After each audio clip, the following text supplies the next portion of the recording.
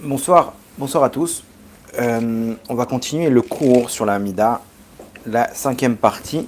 Avant de le continuer, j'aimerais le dédier pour la réussite matérielle et spirituelle, Bezrat Hashem, de Ephraim ben Masha, Israël Francis ben Esther, Michael Yosef ben Jacqueline Esther et Laura Myriam bat Muriel Esther. Bezrat Hashem, Shakadosh Baruch Hu, Shlach lahem bracha ve'atzlacha bechol ma'aseh yadem.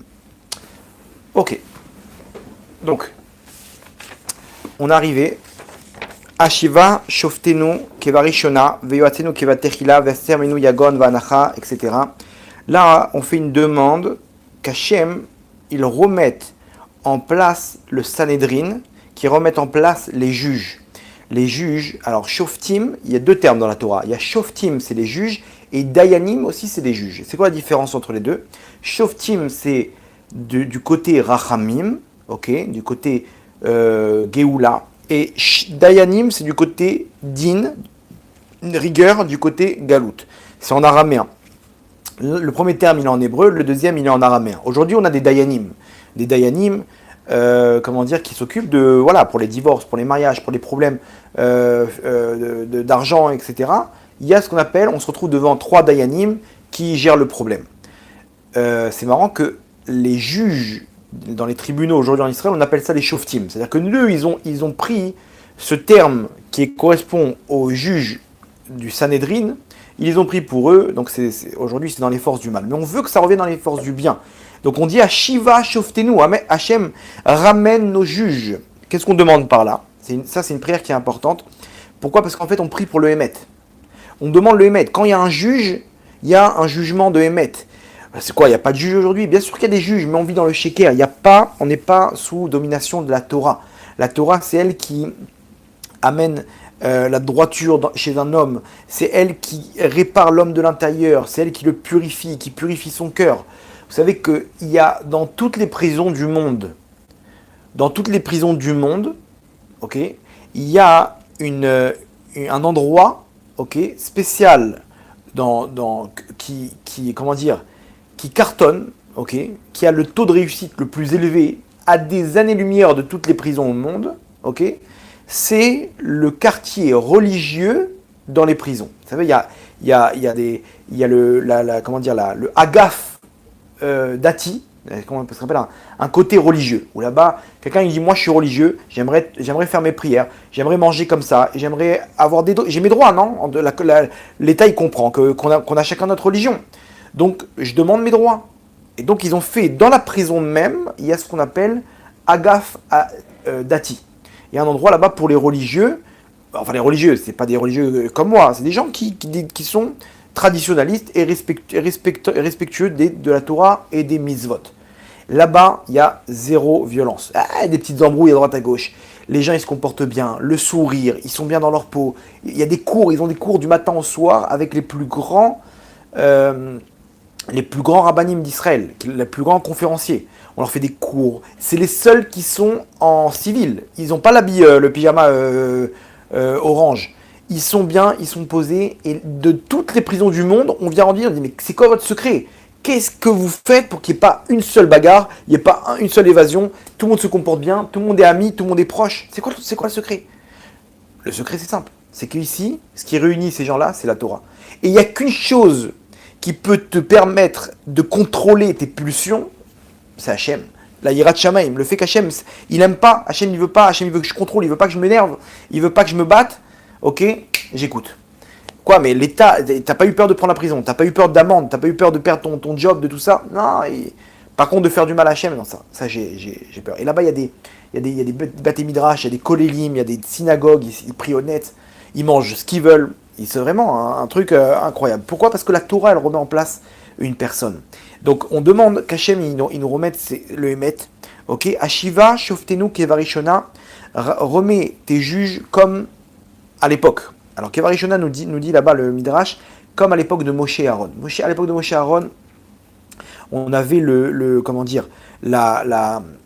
on avait la Shrina qui était là, la présence divine. Il faut savoir une chose, quand les juges sont là, il y a marqué que la présence divine, elle est avec eux. La présence divine, elle est avec les juges. Pourquoi? Parce que là-bas, on donne ni plus ni moins le Emet. Il y a marqué que le tampon d'Akadosh Baruch Hu, Chotamo shel Akadosh Baruch Hu Emet. Donc quand on donne la justice, Akadosh Baruch Hu, il est là. Donc, on fait référence au Sanhedrin. Quand il y aura le Mashiach, il y aura le Sanhedrin qui va remettre comment dire, les expiations de nos fautes, etc., pour qu'on puisse réparer directement par les punitions que donnait le Sanhedrin et non pas par les épreuves qu'on a aujourd'hui. Donc il y aura beaucoup de choses qui vont s'arranger à ce moment-là. C'est une prière qu'on demande pour que ça se passe bien. De la meilleure des manières. Alors il faut remarquer qu'il y a 18 mots dans cette bracha. Pourquoi? Parce qu'il y a une ségoula. Il y a une ségoula de lire 10 fois, sans le Baruch Ata Hashem à la fin, de lire 10 fois cette prière avant un jugement. C'est une ségoula pour réussir son jugement. Si quelqu'un, Chas v'Shalom, il a un jugement, il dit 18 fois ce paragraphe sans le Baruch Ata Hashem de la fin, et c'est une ségoula pour réussir. On a aussi Ashiva Shoftenu Keva Rishona, les 3 premières lettres, donc Ashiva He, Shoftenu Shin et le Kaf de Keva Rishona, ça fait Shacha. Shacha, c'est la valeur numérique de 325. 325, c'est le nombre de forces qui amènent le jugement sur terre. Des forces qui amènent les dinim, la rigueur sur terre, toutes les punitions sur terre, ils sont au nombre de 325. Regardez ce qu'on fait. Quand on dit Ashiva Shoftenu Keva Rishona, donc il faut penser à ces 3 lettres-là qui font le total de 325. Et juste après, on dit Veyoatsenu Keva Techila. Et là-bas, regardez, vous prenez les 2 premières lettres. Le V, Yoatsenu, le Vav, c'est 6. Keva Techila, c'est le Kaf du début du mot, c'est 20. 20 et 6, ça fait 26. 26, c'est le nom d'Hachem. Donc on demande, en fait, il faut avoir l'allusion que les 325, ils soient adoucis par le nombre 26 qui correspond aux 2 premières lettres des mots suivants. Donc le 26 qui représente Hachem, il vient adoucir les 325 forces qui viennent punir une personne, qui viennent donner la punition d'une personne sur terre. Donc on a dit, Shoftenu, nos juges Kevarishona, ça fait référence à Moshe et Aaron. Ok, ce sont de l'époque, les juges cachers qu'on avait. Veyoatsenu Kevatechila, et nos conseillers comme au début, comme dans l'ancien temps, de qui on parle, nous dit le Psikta Rabati Tetvav, de David et Shlomo. David et Shlomo Améler, les 2 rois, David et son fils Shlomo. Donc ces deux juges-là, on demande aussi qu'Hachem ils nous remettent les conseillers qui étaient, imaginez-vous, Shlomo Améler jusqu'à aujourd'hui, les conseils de Shlomo Améler, c'était ce qui est écrit dans les Teilim, tous les bienfaits que nous amènent les Teilim.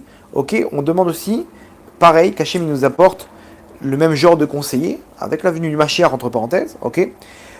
Et donc, par l'intermédiaire de ces juges-là, qu'est-ce qu'on va amener dans le monde? Ve'aser mimeno yagon ve'anacha. Et donc, tu enlèveras de nous, yagon, c'est la tristesse, ve'anacha, c'est le soupirement, je ne sais pas comment on pourrait dire, quand quelqu'un, il soupire, quoi, il est pas bien, quoi, il est affaibli, il en peut plus, il en peut plus. Ça, c'est les deux choses en fait qui amènent la tristesse et le mal-être. Peut-être on peut traduire comme le mal-être. Anacha, c'est le mal-être. Sur terre, c'est le fait on est dans le sheker. Quand exaspéré, pas mal. Anacha, c'est exaspéré, ouais, c'est une bonne définition. Mais quand il y a le sheker qui domine sur terre, alors on est triste, on n'est pas bien, on est angoissé. Ils nous ont installé le corona avec leur vaccin et les gens, ils tombaient dans des dépressions, la peur, les trucs. Pourquoi le sheker, il détruit le monde. Il détruit le monde. Le sheker aussi, il est dirigé. Alors selon le sens kabbalistique, Yagon, ça fait référence au Samer même, au Satan. Va'anacha, Anacha, ça fait référence à la force féminine qui est Lamed Yud, Taf. Ok, je ne dis pas ce nom-là. Lili, ok, avec une autre lettre. Ok, ça fait référence. Donc on demande à Hachem, enlève le sheker de ce monde-là, qui sont dirigés aussi spirituellement par le Samer même et sa femme. Ok, donc il faut penser aussi à ces 2 forces-là spirituelles, que ça se déracine en bas et dans les mondes d'en haut. Et donc, à ce moment-là, qu'est-ce qui va se passer quand on a détruit ceux qui font écran entre nous et Hachem, entre Hachem et nous? Donc, la suite, c'est Umloch alenu mera ata Hachem levadecha, et règne sur nous rapidement, toi, Hachem, seul, comme ce il est prévu pour la Géoula, qu'Hachem va y Hachem les Melech al kol haaretz, qu'Hachem soit le roi. Quoi, il n'est pas le roi, il est pas roi Hachem. Bien sûr qu'il est roi, mais dans les mondes d'en haut, nous on veut aussi que sa Shrina, il y a une union entre la présence divine qui est en bas et que le Ham Israël il soit élevé et que tout le monde reconnaisse la royauté d'Hachem. Donc comme on va faire à Rosh Hashanah, là-bas on va dire à Melech HaKadosh, à Melech HaMishpat, c'est ici à Melech HaMishpat, on le rajoute pendant les 10 jours de pénitence. Ok, donc une fois qu'on a fait tomber le mal et le sheker sur terre, on demande qu'Hachem il domine, pour qu'on ne reste pas dans une situation de stand-by. Et bien entendu que ça se passe Bechesed. Alors Chesed, c'est que même si on ne mérite pas, alors gratuitement, quoi, on ne peut pas demander gratuitement. Un père envers son fils, il ne peut pas faire les choses gratuitement même s'il ne mérite pas, bien sûr. Donc Bechesed. Deuxième chose, Berachamim. Berachamim, c'est une punition qui est affaiblie. C'est-à-dire si maintenant, moi, j'ai reçu une amende de 500 shekels, et qu'on me donne la possibilité de payer 10 shekels par mois pendant je sais pas, 50 mois. Ok? Donc, à la fin, la punition, je vais la payer. Oui, mais elle m'a été allégée. Elle m'a été allégée, on m'a pas demandé tout de suite sur place de sortir les 500 shekels ou on prend ma voiture. Non, on m'a dit, vas-y, tu prends le temps que tu veux pour faire tes paiements. La punition est là, mais elle est allégée.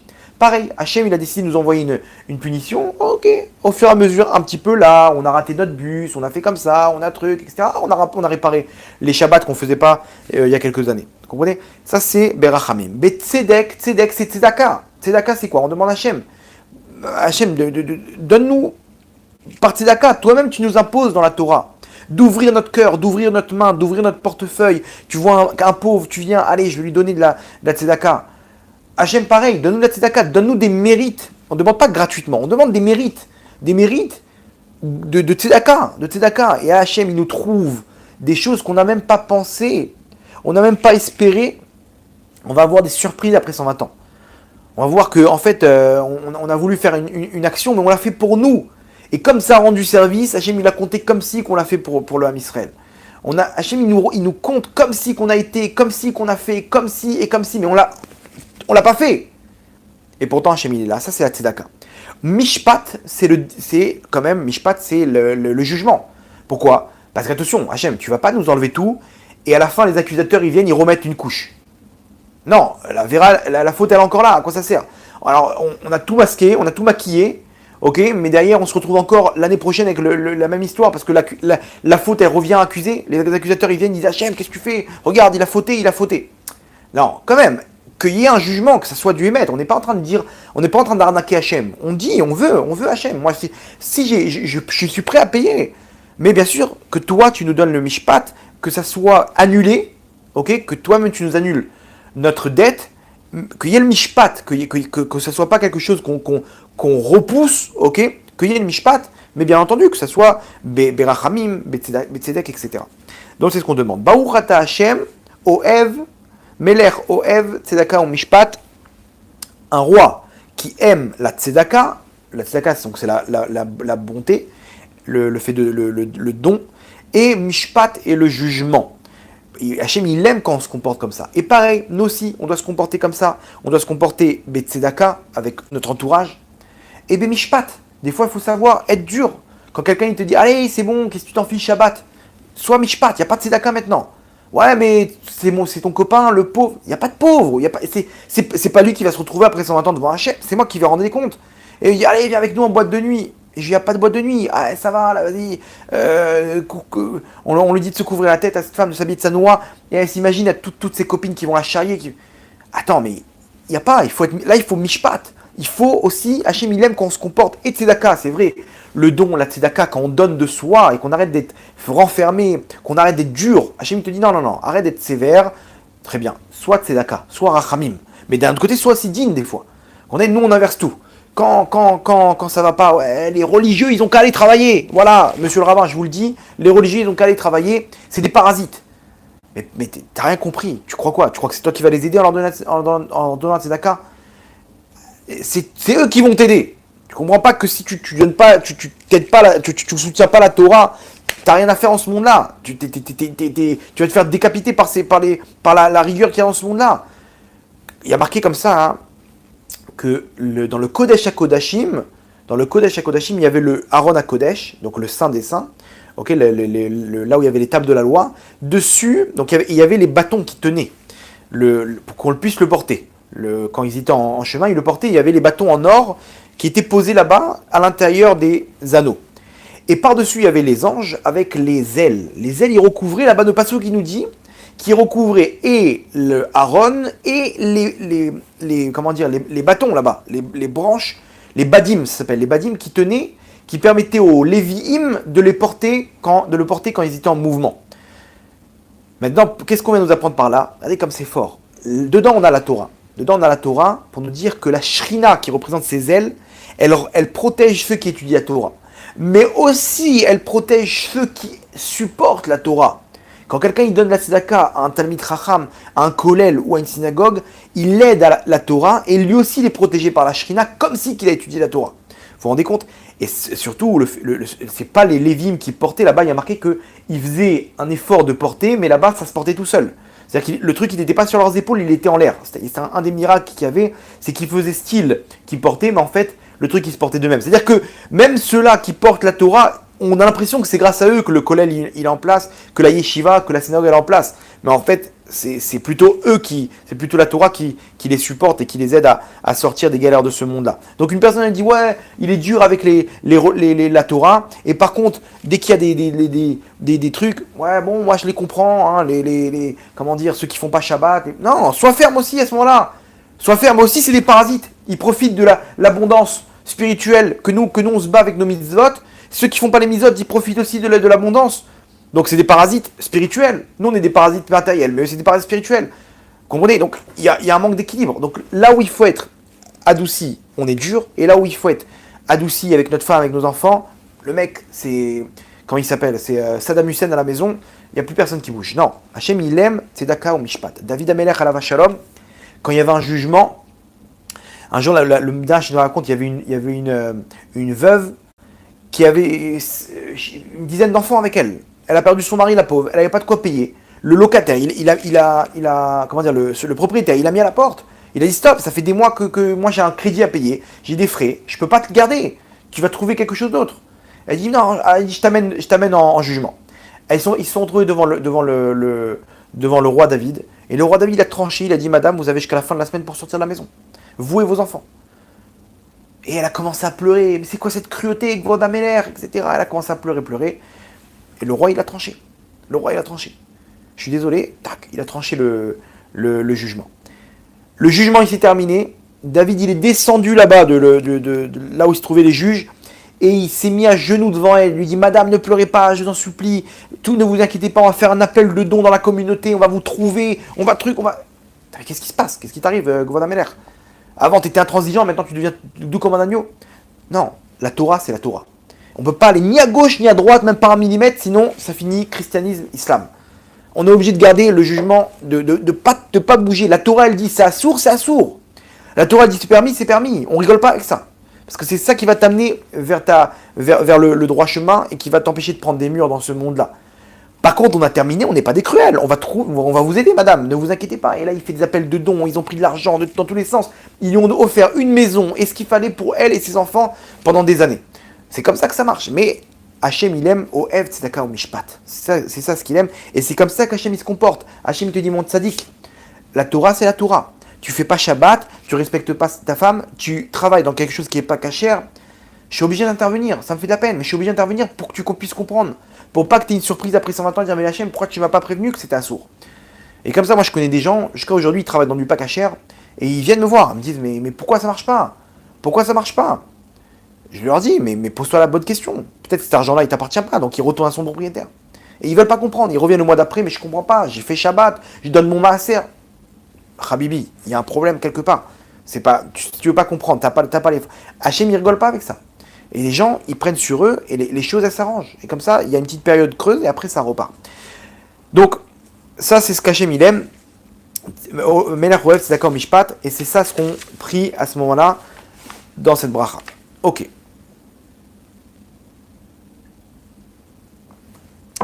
La minim et la malchinim, alors là, une fois qu'on a prié pour le Hémet, il faut faire tomber les ennemis d'Israël. Alors il faut comprendre que le mal qu'il y a dans ce monde, ok, il tire sa source dans les mondes d'en haut par des forces spirituelles négatives, qui sont au nombre de 31. 31, faites le calcul du nombre de mots qu'il y a dans cette bracha, vous allez voir qu'il y a 31 mots. La Méniv, la Machim, Al Titikva, etc. 31 mots qui correspondent aux 31 forces du mal qui se trouvent dans ce monde-là, dont Amalek, dont le Erevrav, dont les Edom et les Notsrim et les cousins, etc. Tout ça, c'est des forces qui occupent comment dire, qui veulent faire tomber les forces du bien de la Gdusha. Ok, donc il y en a 31, entre parenthèses, quand Yehoshua il a conquis la terre d'Israël, il y avait 31 rois. 31 rois qui correspondent, chacun y représentait une force du mal. Il y en a qu'on n'a pas pu terminer, ok, que les Hatid-Lavo, mais il y en a beaucoup aujourd'hui qui n'existent plus, qui ont été exterminés par Yehoshua. Mais on a encore Amalek, etc. Donc, c'est marrant parce que le cours de mercredi, il correspond un peu à ça, ok, par rapport à ce qui s'est passé avec la mort de la reine d'Angleterre. On va rentrer dans les détails, c'est intéressant, vous allez voir que ça va compléter ce qu'on va dire ce soir. Donc, Bezrat Hashem. Alors, il y a en bas, donc ça c'est, ils tirent leur source dans les mondes d'en haut, mais bien entendu, nous on se bat, on prie pour que ça tombe dans les mondes d'en haut, et qu'en bas aussi, elles tombent. En bas, ils ont leurs cavaliers.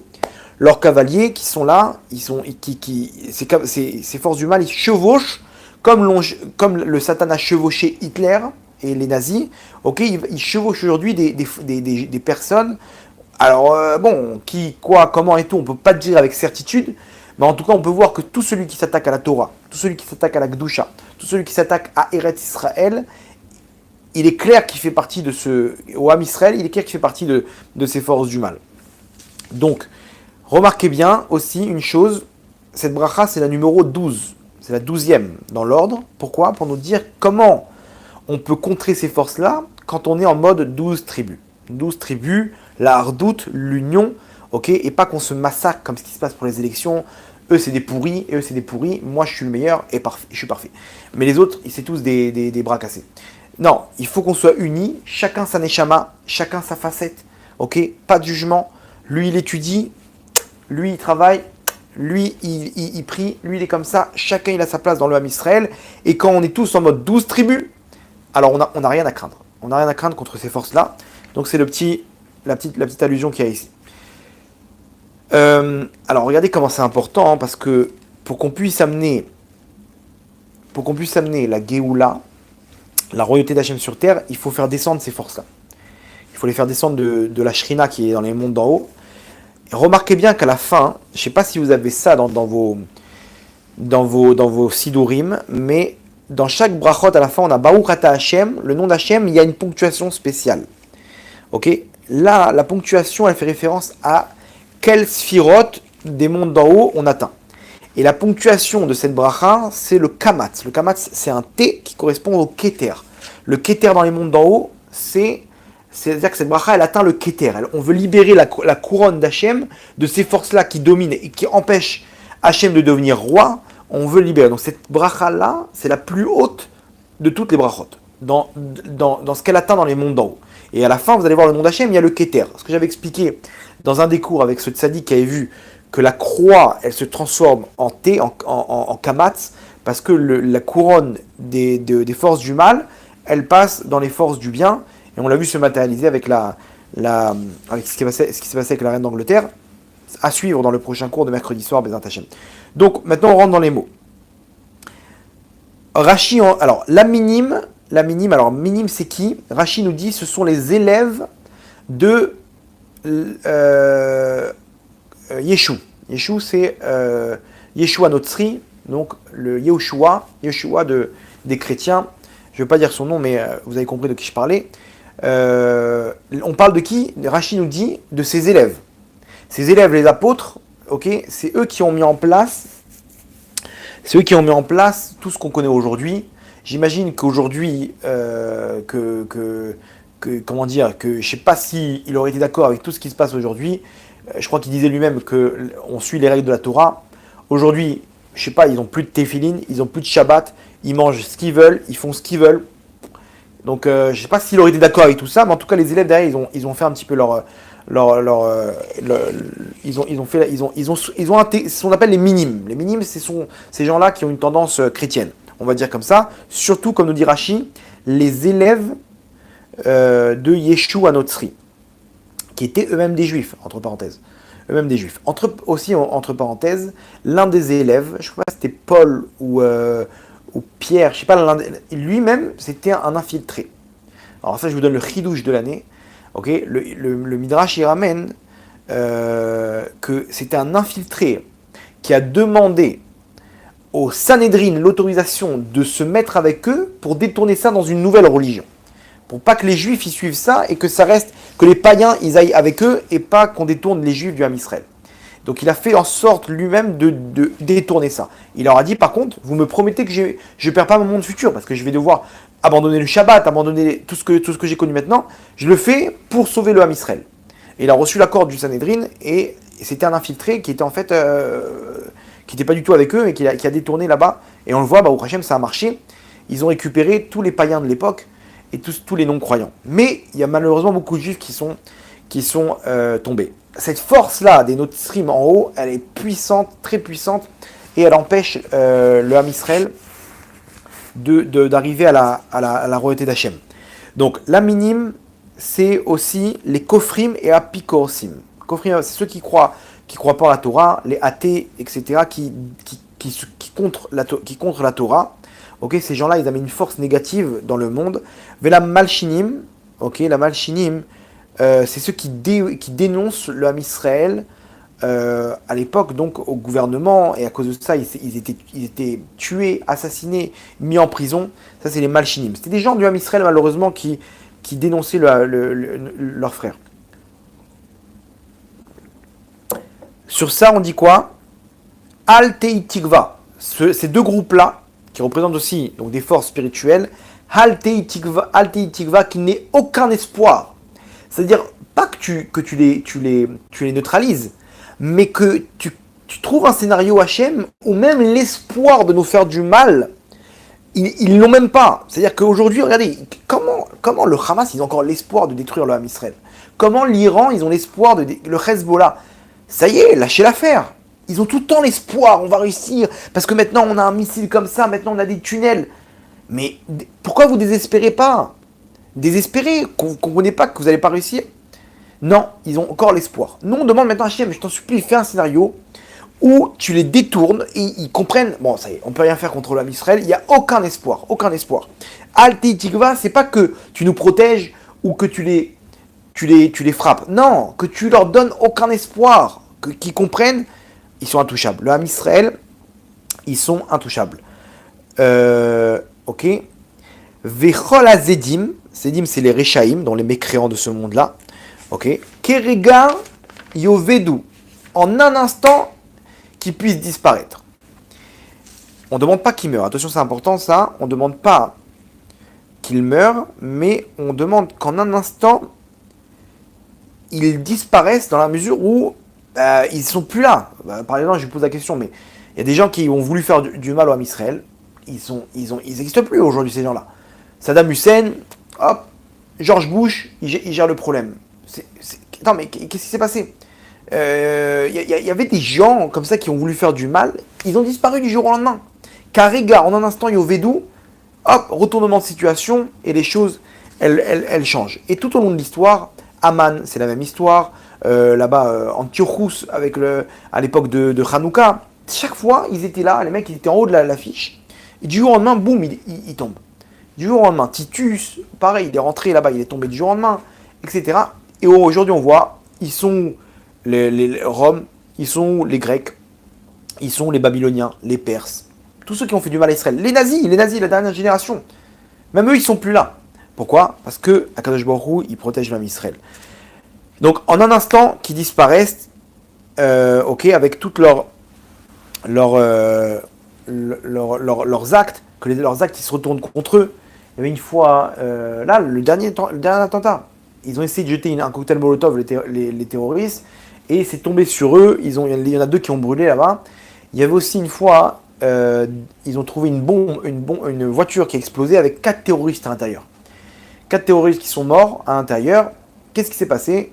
Ils avaient prévu, la semaine d'avant, ceux qui ont confectionné la bombe, ils ont prévu une horaire à 8 heures où ça devait exploser. Okay, sauf qu'entre-temps, il y a eu le changement d'horaire. Okay, et qu'ils ont dû, en fait, remettre ils ont dû avancer la montre. Et donc, en fait, pour eux, il était 7 heures, donc ils étaient en route pour poser la bombe pour l'attentat, sauf qu'ils n'ont pas réduit l'heure dans l'horloge de la bombe. Et à 7 heures, en fait, il était 8 heures. Eux, ils se disent, on a encore 1 heure devant nous. Et en fait, la bombe, elle a explosé à 7 heures, parce qu'il était 8 heures dans l'horloge de la bombe. Et les 4, ils sont morts à l'intérieur dans la voiture. Vous comprenez? Donc, Hachem, en un instant, pareil pour l'Iran. L'Iran, il croit, je pense que l'Iran, ils ont déjà la bombe. Ok, selon certains avis, l'Iran, ils ont déjà la bombe nucléaire.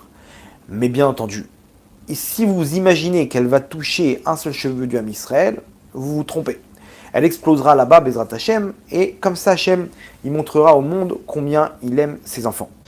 Donc, maintenant voilà, mais pas qu'il meure. Regardez bien, on ne demande pas Karega Yamutu. Non, on dit chez Yovedou qu'ils disparaissent. Pourquoi?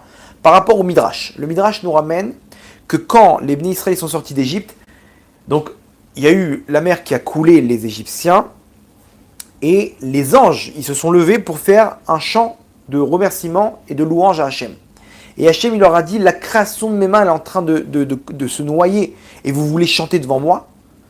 Et Hachem, il les a fait taire. Il a dit, chantez pas. Mais attends, mais c'est des Égyptiens qui ont, comment dire, qui ont fait du mal à tes enfants. Oui, mes enfants, eux, ils ont le droit de chanter, parce que eux, ils ont souffert de ça. Mais sinon, je n'autorise personne de chanter quand la créature de mes mains, même si c'est des mauvais qui sont en train de mourir. Regardez comment Hachem, il est bon. Comment Hachem, il est... Il y a le din, comme on a expliqué avant. Il y a le mishpat. Ces gens-là, ils ont coulé des bébés. Ils doivent se noyer pour réparer leurs fautes. Mais est-ce que je vais me réjouir de ça?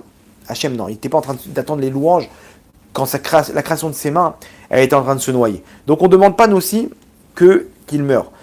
Ensuite, on a Vechol oyevecha Vechol sonecha, et tous tes ennemis et tous ceux qui te détestent. Entre parenthèses aussi, ça fait référence au Samer même et à sa femme. Donc tous nos ennemis, donc là on inclut les ennemis du Ham Israël, ceux qui nous détestent, que tout cela, mehera ikaretu, que rapidement ils soient déracinés. Déracinés, ça veut dire qu'ils perdent leur statut de façon à ce qu'ils perdent leur force. Mais on demande rapidement. J'aime pas la fin des temps. Rapidement. Ne nous fait pas un suspense comme il y a eu à Purim ou là-bas. Le jour même, ils ne savaient pas s'ils allaient vivre. Et d'un coup, retournement de situation, pendant les arrêts de jeu, boum, Hachem, il a retourné le truc. Non, Bimera, rapidement. Ou Malchut Arisha. Malchut Arisha, c'est la royauté des clipotes, des forces du mal. Ok. Mehera, rapidement, Teaker. Alors là, elle se déracine aussi dans les mondes d'en haut. Donc on demande les ennemis d'Israël en bas, qui soient déracinés, qui perdent leur statut. Mais Malchut Arisha, c'est quoi? C'est dans les mondes d'en haut, les clipotes, qu'ils soient déracinés. Alors regardez ce qu'on a. On a Teaker, déraciné, Techaber, que tu les brises, Techalem, que tu les extermines. Extermines dans le sens où tu les dissous. Vetarniem, ok, Tarniem, tu les assouvis, assouvis, je sais pas comment on dit, les asservir, ouais, les asservir, l'Arnia, c'est la asservir, ok. Donc il y a d'autres versions qui disent Vetashmidem, donc on ne dit pas cette version-là par rapport au Midrash dont on a dit. Et on a donc 4 termes. Pourquoi ces 4 termes-là? Parce qu'on demande qu'Hachem il déracine les forces du mal par rapport aux 4 mondes d'en haut, qui sont Atzilut, Bria, Yetzira et Asiya. Ces 4 mondes-là qui correspondent à Yud, Ke, Vav, Ke, les 4 lettres du nom d'Hachem. On demande aussi dans les mondes d'en haut qu'Hachem il nettoie Bimera Biyamenu rapidement de nos jours, donc ces forces du mal. Et après, ça se matérialise qu'en bas, bien entendu, les forces, elles tombent. Il y avait une histoire avec le Baba Saleh alav Shalom. Il a demandé précisément de rencontrer l'Admour Mililov. L'Admour Mililov, c'était un très grand tzaddik, très très kadosh de la génération de Baba Saleh. Il a demandé expressément de le rencontrer à Méron sur la tombe de Rabbi Shimon Bar Yochai. Ils se sont retrouvés là-bas les deux assis sur un banc, devant la tombe de Rabbi Shimon. Le Baba Sali était avec sa canne comme ça, et l'Admour il était à côté en train de prier. Et les deux ils priaient. Et quand il est sorti, ils ont dit, les élèves de l'Admour Minilov, ils ont dit, Kvod Harav, vous n'avez pas discuté? Il dit, si, on a beaucoup discuté, lui et moi. Mais non, Kvod Harav, comment? C'est-à-dire, vous avez fait comment? Il dit, non, t'inquiète pas, on n'a pas besoin de parler pour se comprendre. En fait, ils étaient en connexion de télépathie, ok, pour pas que les forces du mal ils entendent leur plan. Et là-bas, ils ont fait descendre par l'intermédiaire de Rabbi Shimon Bar Yochai un mauvais décret qu'il y avait sur le Ham Israël. Le lendemain, écoutez bien, le lendemain éclate la guerre entre l'Iran et l'Irak. La fameuse guerre qu'il y a eu il y a une trentaine d'années, voire plus, hein, je suis pas très fort dans les dates, mais il y a eu une guerre d'années entre l'Iran et l'Irak. Il faut savoir qu'à cette époque, l'Irak, avec Saddam Hussein, elle menaçait Israël de guerre. Et jusqu'à aujourd'hui, quand vous demandez à des experts en géopolitique à cause de quoi, c'était quoi le but de cette guerre Iran-Irak, personne ne va vous répondre. On ne sait pas c'était quoi les enjeux, ils se sont énervés, ils se sont battus. Une guerre qui a fait des millions, je crois 1 million de morts elle a fait, des centaines de milliers de morts, des dégâts pas possibles, et qui a affaibli les deux armées. Qui a permis à l'Iran donc d'être retardé jusqu'à aujourd'hui, là où ils se sont armés. Donc on s'est débarrassé de l'Iran pendant quelques années. Et surtout l'Irak, qui était surpuissante. L'Irak, c'était une des puissances du Moyen-Orient. Elle aurait pu faire beaucoup de dégâts à Israël si elle était arrivée à mettre en application les plans contre Israël. Ils l'ont fait pendant la guerre du Golfe. Mais heureusement, Baruch Hashem, ils étaient déjà affaiblis. Et là aussi, il y a eu des miracles où il n'y a pas eu un seul mort. 39 scuds par un seul mort. Il y a eu un mort de quelqu'un, on va dire, indirect, un mort indirect, un arrêt cardiaque. Et c'est quelqu'un que lui-même, là-bas, quand il va ramener à l'hôpital, il criait, il disait, Hachem, je te demande pardon, j'ai pas fait Shabbat, j'ai été puni. Comme ça, il criait, il est mort d'un arrêt cardiaque, alors qu'il était à peine blessé. Donc, voilà, Baruch Ata Hachem. Donc là, vous allez voir normalement sur vos sidorim, il y a le kamatz en dessous, là, le T en dessous du nom d'Hachem. Shover Oivim ou Marnia Zedim, donc qui brise les ennemis. Ok, là, Oivim, ça fait référence à ceux du premier Beth Amikdash, ou Marnia, qui a asservi les Zedim, les Rechaim, qui ont détruit le deuxième Beth Amikdash. Ok, là, on demande aussi, par rapport à ça, la Shrita, l'abattage des forces du mal et du Yetzer Hara qui aura à la fin des temps. Il y a marqué que il va prendre le Satan et qu'il va lui faire la Shrita.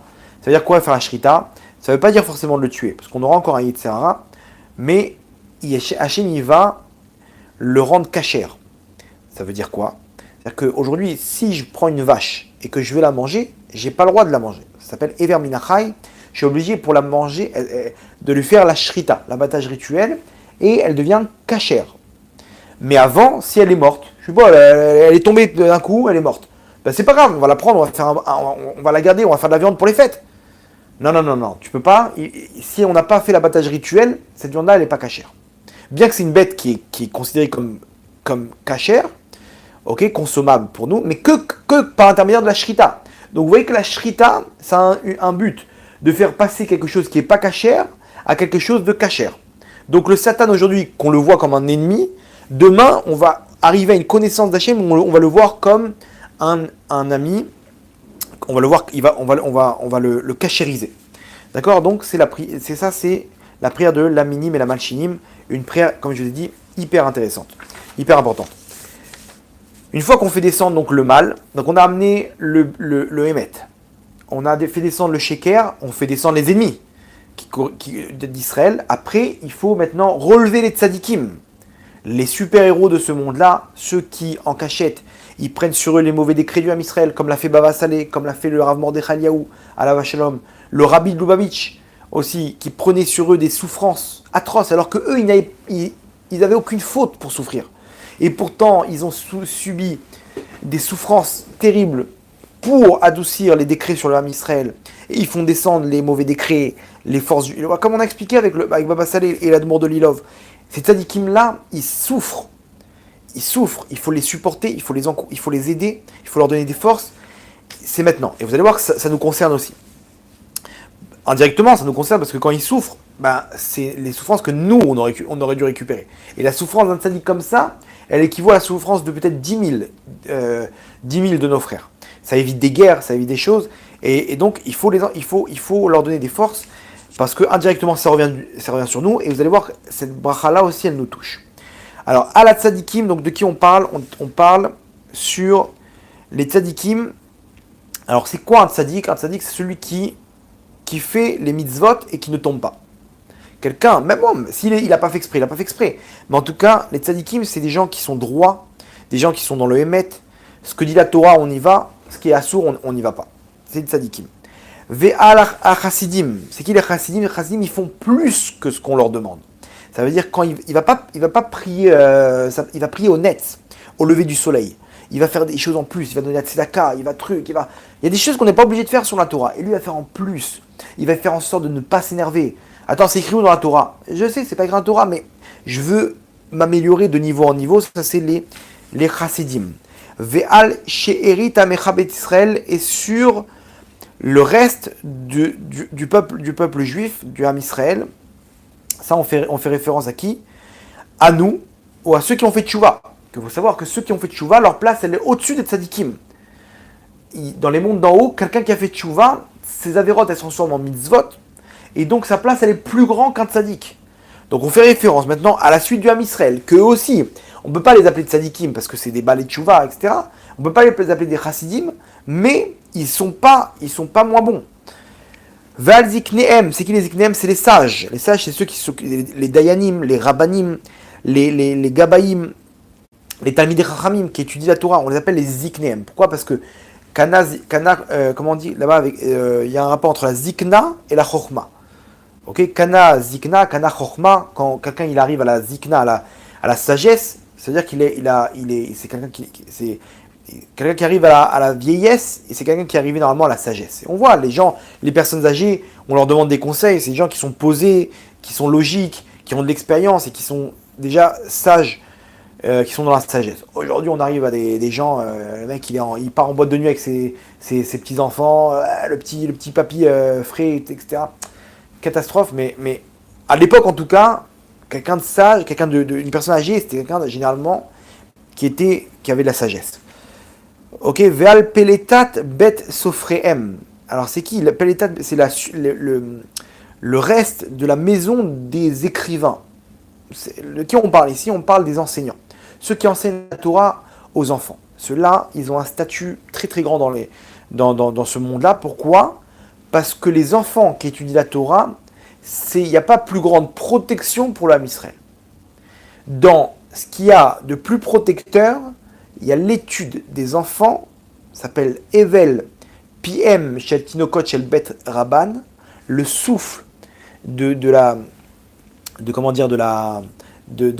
prières et de l'étude de la Torah des enfants, qui étudient, même Aleph Bet et tout, ça a une force incroyable dans les mondes d'en haut pour protéger le Ham Israël. Pendant le Corona, c'était une catastrophe, ils ont fermé les Talmuds et Torah. Le Rav Kanievski, il a dit on ferme pas. Pourquoi? Parce qu'on est plus en danger si ces enfants-là, ils n'étudient pas qu'avec le Corona. Et effectivement, ils n'ont pas fermé.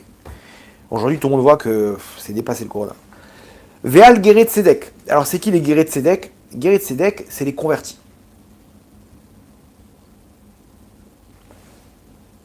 Mais attention, les convertis, Geret Tzedek, les justes. Parce qu'il y en a des faux, malheureusement. Il y en a ceux qui se convertissent par intérêt, généralement. Alors je vous dis ce que la Gemara elle dit. La Gemara elle dit Caché Gerim Israël que sa pachat. Les convertis, ils sont durs pour l'homme Israël comme la lèpre. Comme la lèpre. C'est-à-dire quoi? Alors il y a double connotation. D'un côté, ils sont accusateurs pour nous. Pourquoi? Parce que on voit, à cause d'eux, on voit nos défauts. On va voir, regarde celui-là, il a grandi dans un monde, aucun rapport avec, aucune éducation de la Torah, avec des non-juifs. Et il a découvert le Hémet, il s'est battu, et aujourd'hui c'est un lion. C'est un juif qui s'est converti, c'est un lion, il arrive au plus haut niveau. Et nous on est là, tranquillement, on fait notre petit bonhomme de chemin comme ça, métro boulot dodo, on est des petites biches à côté de lui. Donc, c'est accusateur pour nous. Donc, premièrement, comme la lèpre qu'on la voit à travers, on voit nos défauts, Ces gens-là, ils sont tellement forts qu'on voit nos défauts. D'un autre côté, ils amènent eux-mêmes des avérotes parce que c'est des gens qui font ça par intérêt. Une femme qui veut se marier avec un juif, ou un juif ou un juif qui veut se marier avec avec une femme très belle, c'est une juive. Il se convertit, mais en fait, il fait ça pour l'amour. Après, tout le monde connaît l'histoire. Quand on se marie, après les sentiments ils descendent, et là c'est la guerre. Et là d'un coup, ben, son judaïsme il saute avec. Et ce mec-là, il fait plus Shabbat, il fait plus rien du tout. Et il amène les avérotes. En plus, on n'a pas besoin de ça maintenant. Tu nous amènes des avérotes, tu t'es converti pour amener des avérotes. Donc, double connotation, une positive et une négative. Donc ça c'est les guéris. Nous on demande maintenant Val Guéret Tzedek, ces guérims-là qu'on veut. Ces gens-là, imaginez-vous, mettez-vous à la place de ces gens-là. Ils ont plus de famille, ou ils ont été, dans le meilleur des cas, ils ont plus de famille. Dans le pire des cas, ils ont été rejetés par leur famille. Mais leur famille, elle est plus là. C'est-à-dire, c'est des gens, ils ont dû mettre une croix sur leur passé, sur leur famille. Ils ont dû mettre une croix sur leur travail, sur leur job, sur plein de choses, sur leur pays, sur tout ce qu'ils avaient. Vous vous rendez compte le sacrifice? Il y en a qui ont gardé contact, mais généralement, ils ont perdu contact, ces gens-là. Ils sont convertis, ils sont partis en Israël. Et donc, on a une mitzvah de les aimer. On doit faire plus pour eux. C'est-à-dire, si j'ai deux juifs devant moi, j'ai un converti et un non converti, et un juif classique, si je lui donne, j'aide le converti, j'ai une mitzvah en plus du chesed que je fais, j'ai une mitzvah en plus. Donc, Valgueret Sek, Ve'alenu, et sur nous, c'est qui nous? Si jamais on n'est pas dans toutes ces catégories-là, alors t'inquiète pas, t'es dedans, on est dedans tranquillement. Donc, qu'est-ce qu'on demande? Yemuna Rachamecha, que se réveille, Yemun, que se réveille, Na, je t'en supplie, Rachamecha, Hashem Elokenu, ta miséricorde, ta bonté. Pourquoi? Comme on a expliqué, parce que les tzadikim, ils souffrent dans ce monde. Ils souffrent, pourquoi? Parce qu'ils payent leur avéro dans ce monde-là pour pas les payer dans le monde futur. Et les rishaïm, ils payent leur mitzvot dans ce monde-là, et pour se faire punir après dans le monde d'après. Donc on a l'impression que les tzadikim, ils sont mis de côté, et ceux qui ont pris sur eux des choses, des mitzvot, ils disent, mais je comprends pas, Gvodarav, combien, je me bats pour Hachem, regardez tout ce que je vis. T'inquiète pas, c'est là qu'il faut prier. C'est là qu'il faut prier. Ve'alenu yemuna rachamecha Hashem Elokenu. Veten sachar tov lechol abotechim beshimcha behemet. Et donne un bon salaire. C'est quoi sachar tov, un bon salaire? Pas sur leur compte du monde futur comme les Réchaïm. Les Réchaïm, ils ont un sachar ra. Ils ont un mauvais salaire. Pourquoi? Parce qu'ils ne savent pas que tout ce qu'on leur donne maintenant, c'est sur leur compte des mitzvot. Ils se font dépouiller. Ils se font scalper de leurs mitzvot. Mais ils sont là en train de dire tranquille, bon, on kiffe, on est bien, on peut continuer nos avéros. Non, non, t'es en train de perdre toutes tes mitzvot là. Donc nous on dit Veten sachar tov lechol abotechim beshimcha behemet. À tous ceux qui on te sert de la meilleure des manières pour pouvoir ne pas te décevoir. Bon, on est encore en l'air dans nos actes, mais donne-nous un bon salaire. Vesim chelkenu imahem. Et mets notre part avec eux, avec tous ces tzadikim. On n'est pas encore là, mais on veut être tzadikim. Il faut énoncer dans cette bracha un sentiment de vouloir être un tzaddik. Même si je suis loin du compte. Pourquoi? Parce que quand j'ai une volonté, alors s'ajoute avec ça, je débloque des choses, je fais tomber des obstacles. La volonté, je suis là où sont mes pensées. Donc quand je développe ici une volonté d'être un tzaddik, d'être avec eux, alvaï, pourvu, moi et mes enfants, qu'on soit des tzaddikim, alors on débloque des choses dans les mondes en haut. Alors là, je vais vous donner un secret que nous donne les Mekoubalim. Vesim chelkenu imahem, ça veut dire aussi une autre interprétation. Il y a aussi une autre interprétation. Mets notre part avec eux. Ça veut dire quoi? C'est-à-dire que ma part de mitzvot du monde futur que j'ai, donne-leur aux tzadikim. Attends, tu te rends compte de ce qu'on est en train de dire maintenant? On est en train de dire une chose, mais moi j'ai fait des mitzvot, Baruch Hashem, mais cette part-là, je t'en supplie, donne-leur sim chelkenu imahem. Mets notre part avec eux, avec ces tzadikim. Attendez, on passe 3 fois par jour, on lit cette phrase, on est en train de donner nos mitzvot aux tzadikim. Mais attends, mais tu rigoles ou quoi? C'est quoi ces mots-là? C'est quoi cette prière, cette demande? Regardez le secret de cette demande. Cette demande, il faut bien penser. On dit Hachem, même j'ai une part de mitzvot dans le monde futur, mais là avec les tzadikim. En tant que gage. C'est-à-dire que une personne, à n'importe quel moment, elle peut tomber et tout perdre ce monde-là. Combien de gens, ils ont tout abandonné, ils sont tombés et ils ont tout perdu. Yochanan Kohen Gadol, 80 ans en tant que Kohen Gadol. Du jour au lendemain, il a rasé sa barbe, il a enlevé ses habits de Kohen Gadol, boum, il est devenu un kofer, un rachat. Il a perdu tout son monde futur. 80 années de Keuna Gdola dans le Beth Amikdash. Imaginez-vous le nombre de mitzvot, une montagne de mitzvot. Elisha Ben Abouya, le maître de Rabbi Meir Balanes, du jour au lendemain, il a tout lâché. Yeshua, à Notri, le JC, il a tout lâché du jour, il a perdu tout son monde futur à cause de l'orgueil. Et etc., plein de gens, Korach, Bar Korba aussi. Bon, Bar Korba c'est différent, etc., mais ils ont perdu tout ce qu'ils avaient, les pauvres, en un instant. Donc nous, qu'est-ce qu'on demande? Va savoir, ce monde-là, c'est un monde de fou. On demande à Hachem, tu sais quoi? Garde ça de côté chez les tzadikim. Que les tzadikim, ils me gardent ma part dans le monde futur. Comme ça, si chas shalom, mes actes, ils amènent quelque chose de mal sur moi, ça ne touche pas ma part. Et ma part, elle est gardée dans les mondes futurs. Et comme les tzadikim, ils n'aiment pas profiter du Ham Israël, donc quand on se retrouve dans les mondes d'en haut, ils nous rendent notre part. C'est ça le secret de ce qu'on demande. C'est Simchekenu Imahem, avec ces tzadikim-là, qui sont tzadikim, qui ne profitent pas de ce qu'on va leur donner. Donc ils vont nous garder ça comme un gage, jusqu'à qu'on puisse arriver dans le monde futur, et là-bas, on retrouve tout intact. Même si, Chas v'Shalom, des gens, ils sont tombés, ils retrouvent par l'intermédiaire de ce qu'on demande ici, toutes leurs actions, tout leur mérite. Et qu'on leur paye pas dans ce monde-là, comme c'est Réchaïm qui reçoit tout dans ce monde-là. Et donc, regardez la suite, ou Léolam l'onévoche. Et donc, à jamais, on n'aura pas besoin d'avoir honte. À l'éternité, on n'aura pas honte. Pourquoi? Ki becha batachnu. Et là, il faut bien fermer les yeux.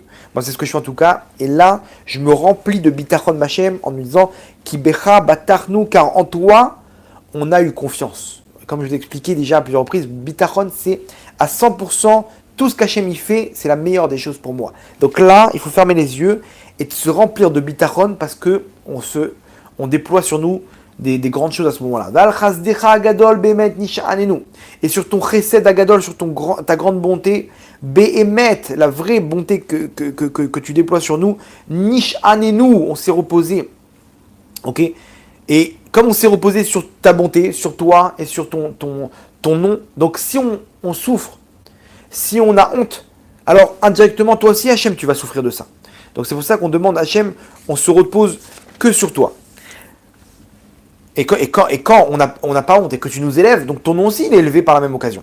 Baruch ata Hachem, Mish'an ou Miftach, la tzadikim, source de bénédiction de tu Hachem, qui est Mish'an. Mish'an, c'est un appui, ou Miftach, c'est un lieu de sécurité, de sûreté. La tzadikim pour les tzadikim. Que à jamais les tzadikim ils ont honte, ok? Et même Rabbi Akiva, quand là-bas il était peigné par des peines de fer, là-bas il était plein de sourires. Et il disait à ses élèves, il dit Atkan, jusqu'à maintenant même ça, c'est un mérite pour moi de partir de telle manière. Et que les tzadikim et le Ham Israël, ils n'ont pas besoin de souffrir de ce que le monde il dit sur eux, de l'antisémitisme, etc. Le Ham Israël, c'est là qu'il se relève avec cette bracha-là qui vient élever tout le Ham Israël, dont les tzadikim à leur tête.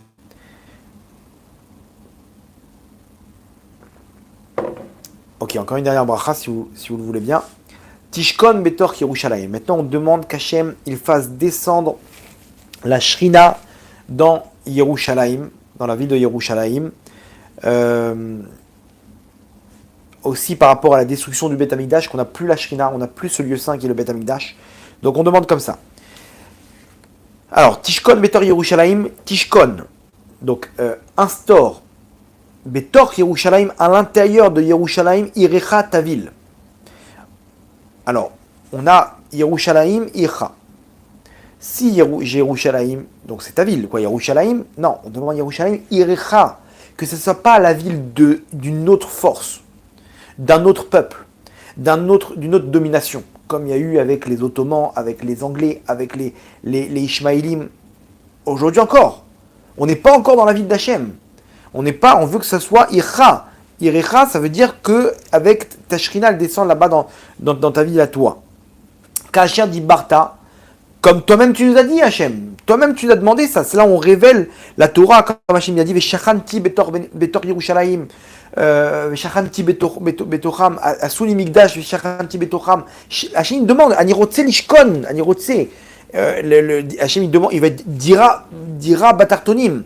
Il veut avoir un lieu dans les mondes d'en bas. Il veut pas rester en haut, Hachem. Il veut pas qu'on soit déconnecté des mondes d'en haut. Le but, c'est pas les mondes d'en haut. Le but, c'est d'instaurer la présence divine sur terre, de faire le lien entre le monde d'en haut et le monde d'en bas.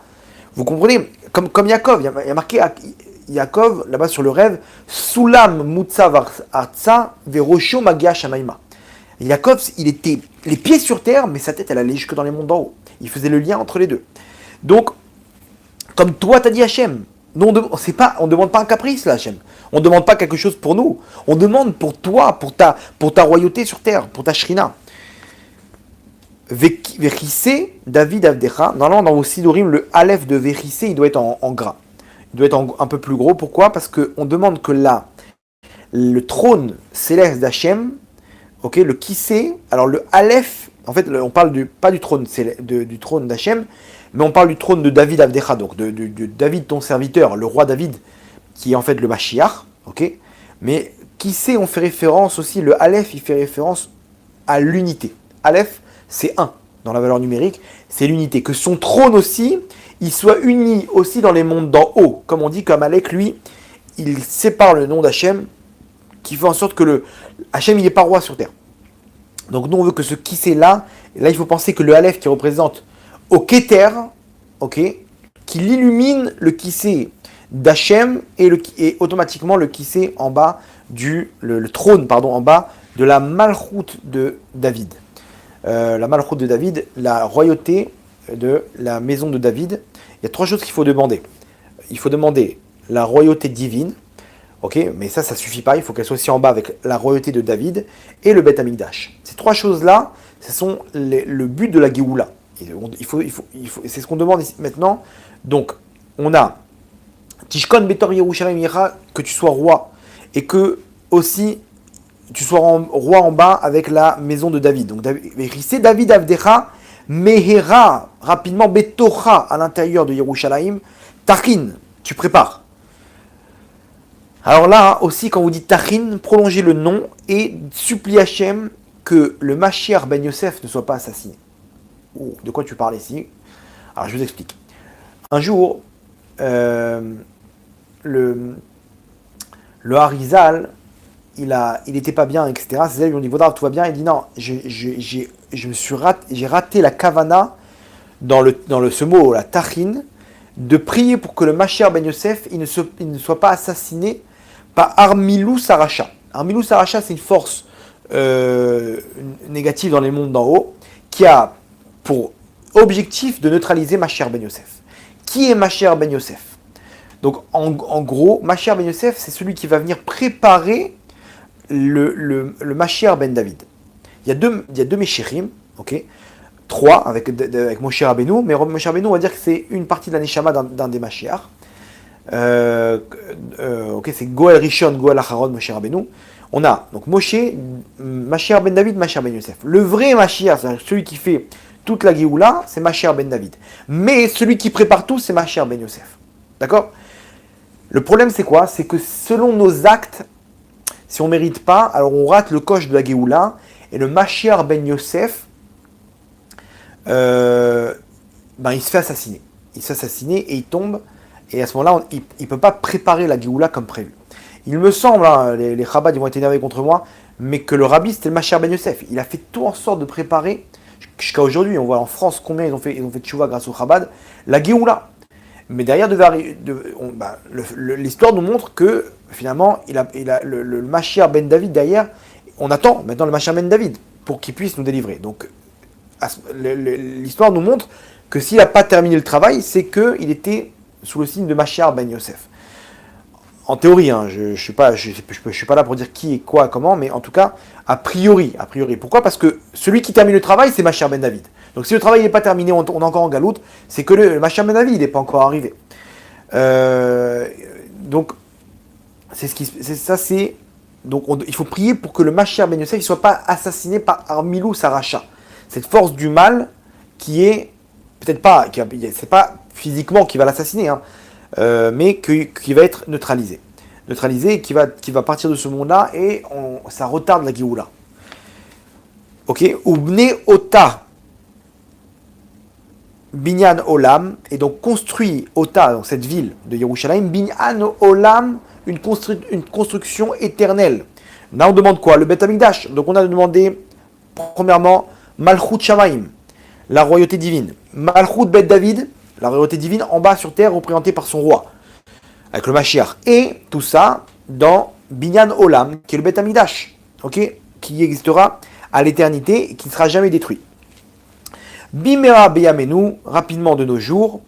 Alors, remarquez bien, Baruch Hashem Boné Yerushalayim, source de bénédiction, tu Hashem, qui construit Yerushalayim et pas nous. Que ça ne viendra pas de la main de l'homme, ça viendra de la main d'Hachem, il va descendre du ciel, ok, et nous on va faire juste les finitions, et là il sera éternel, parce qu'il va descendre du ciel. Alors regardez, il y a deux Yerushalayim, Betor Yerushalayim et Boné Yerushalayim. Qu'est-ce qu'on fait référence? On fait référence Yerushalayim d'en haut et Yerushalayim d'en bas. C'est quoi Yerushalayim d'en haut? Alors il faut savoir que nos actes, ils construisent spirituellement le Yerushalayim d'en haut. Ça veut dire que quand tu donnes un don à une synagogue, à un kollel, à une yeshiva, on va te mettre une petite plaque, voilà, en l'honneur de Jean-Charles Ben Truc qui a donné pour voilà. Okay, il a offert une salle, il a offert un Sefer Torah. Il faut savoir que quand tu fais la paix avec ton prochain, bah tu as mis une brique, okay, il y aura en haut dans le Yerushalayim Shel Mala, il y aura une plaque où il y aura marqué ça, ce mur a été offert, cette menorah a été offert par telle et telle personne qui ont fait la paix alors qu'ils étaient disputés. Donc des actes comme ça qu'on fait avec le cœur, ils construisent le Yerushalayim Shel Mala. Alors, il faut savoir que le Yerushalayim d'en haut, il fait descendre l'abondance sur terre dans Yerushalayim. L'abondance sur terre, elle arrive à Yerushalayim. Pourquoi? Parce que Yerushalayim, c'est le pont entre la matérialité et la spiritualité. On a, comme je vous ai dit, donc, le Yerushalayim d'en haut et le Yerushalayim d'en bas. Donc ils sont en parallèle. Toutes nos prières, elles sont dirigées vers Yerushalayim. Pourquoi? Parce que c'est là-bas que montent nos prières. C'est là-bas le canal, le tsinor qui fait descendre l'abondance et qui fait monter nos prières. Donc moi, quand je suis en France, à Paris, à Dunkerque, à New York, quand je prie, je dois me diriger vers Yerushalayim. Même si je ne sais pas c'est où Yerushalayim, je suis dans une forêt, je ne sais pas où je me trouve, il faut que au moins j'ai la pensée de diriger mes pensées vers Yerushalayim. Pourquoi? Parce que c'est là-bas que ça monte. C'est là-bas qu'il a fait son rêve Yaakov. C'est là-bas que Abraham il a fait le sacrifice d'Israël. Vous comprenez? C'est là-bas que Yitzhak il a prié. La soir basadé. Cet endroit-là, il est très très fort. C'est pour ça qu'inconsciemment, les peuples du monde, ils veulent Yerushalayim. Les chrétiens, ils ont une place là-bas. Bon, c'est la mosquée qui est là-bas sur place. Le nouvel ordre mondial, ils veulent placer leur capitale à Jérusalem. Mais qu'est-ce qui vous arrive? Là-bas, il y a une attirance. Lorsqu'ils font la Gay Pride, ils veulent absolument tous les ans la faire à Jérusalem. Mais pourquoi? Vous êtes pas bien à Tel Aviv. Déjà, Tel Aviv, c'est grave, quoi. Pourquoi il va? Non, on veut, nous aussi. Les réformistes, ils veulent un endroit là-bas au Kotel. Mais vous croyez même pas en Jérusalem? Il y a écrit pour vous que Berlin, c'est la nouvelle Jérusalem. Donc, qu'est-ce que tu veux maintenant? Et les réformistes, et les mélanger les hommes et les femmes, etc. Vous comprenez pourquoi aujourd'hui? Pourquoi? Parce que c'est là-bas que descend toute l'abondance pour le monde entier. Donc, si on a un emplacement là-bas, on reçoit directement en premier l'abondance. C'est pas pour rien qu'ils sont là-bas, ces peuples du monde. Donc comment ça marche? L'abondance, elle descend, elle est distribuée aux 70 nations. Et après, le reste, c'est distribué à Israël. Donc vous comprenez comment on est taxé en galoute, on est complètement taxé.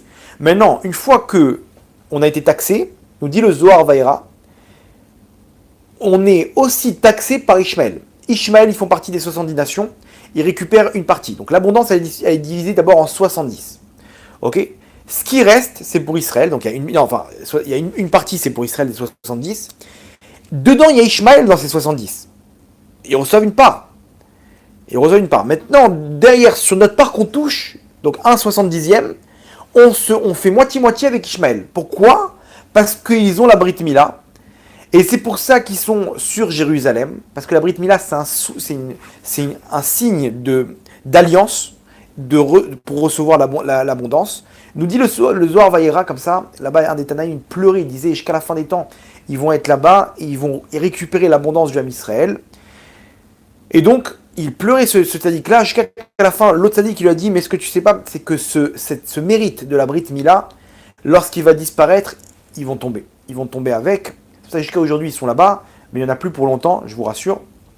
Et d'ailleurs, eux-mêmes, ils ne font plus la Brit Mila. Il y en a très peu qui font la Brit Mila, c'est quelque chose, ça y est, ils ont perdu. Pourquoi? Parce qu'ils sont en train de perdre leur mérite. Et matériellement, et donc spirituellement, ça va tomber du jour au lendemain, vous allez voir, ne vous inquiétez pas pour le scénario. En tout cas, l'abondance, elle est en galoute. L'abondance, elle est en galoute, et c'est pour ça qu'on voit maintenant le palais de Buckingham, là-bas, c'est des milliards, les couronnes.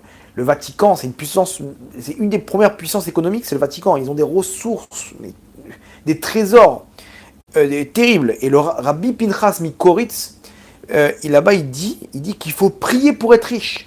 Pourquoi? Parce que si tu ne pries pas pour la richesse, cette richesse-là, elle va dans les forces du mal. Donc à Rosh Hashanah, n'oubliez pas de placer une petite prière, Hachem, fais de moi un homme riche, et fais de moi aussi les forces pour pouvoir ne pas tomber, que ça soit une vraie richesse qui soit bonne, et que ça soit dans le Ham Israël, cette richesse, elle soit dans le Ham Israël. Et on voit que cette richesse, elle revient avec les nouvelles technologies. Israël, c'est un pays, le shekel, il est surpuissant. Donc c'est ce qu'on demande, dans cette bracha, Baruch ata Hachem, Bonei Yerushalayim, Hachem, toi, tu construis cette ville de Yerushalayim, et on voit aujourd'hui, je ne sais pas si vous avez été dernièrement à Jérusalem, les ponts, le train. Il y a un train qui arrive de Tel Aviv à Jérusalem en une demi-heure. Les ponts, ils ont ouvert une nouvelle route là. Ils ont inauguré une nouvelle route qui arrive maintenant derrière Jérusalem. Mais regardez ce qu'il y avait il y a 50 ans et maintenant. Vous allez voir comment Hachem il est en train de préparer le terrain parce que bientôt il y aura le Beth Amikdash. Et bientôt on va tous arriver pour pèleriner là-bas 3 fois par an. Donc préparez-vous, Bezrat Hachem. Qu'Hachem il puisse accepter nos prières. On a encore avancé Baruch Hashem aujourd'hui. Chaque mot, c'est des diamants. Prenez le temps, notez les mots. Bon, je m'allonge un petit peu, mais je vous fais confiance pour résumer ça en un mot ou deux. Et prenez le temps pour prier. Vous allez voir, c'est pas la même journée.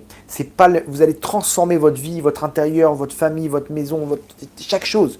Hachem, il va faire, avec ses prières, il va faire de vous un homme par qui l'abondance, elle descend. Donc vous serez les premiers à en bénéficier. Et qu'Hachem il décrète sur nous, Bezrat Hachem, d'Arachamim Gdolim avec la Géoula Berachamim, Baruch Adonai Leolam, Amen, Ve Amen.